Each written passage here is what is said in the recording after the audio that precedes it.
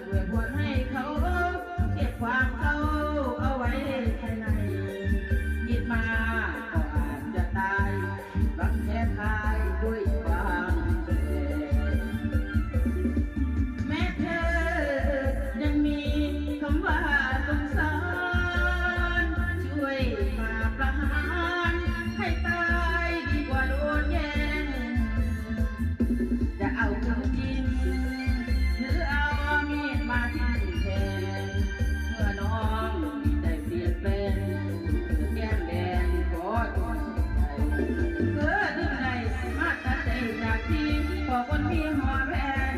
เจ้าแดนน้ำเสียบตั้งนานไหลบอกเพื่อนหลัง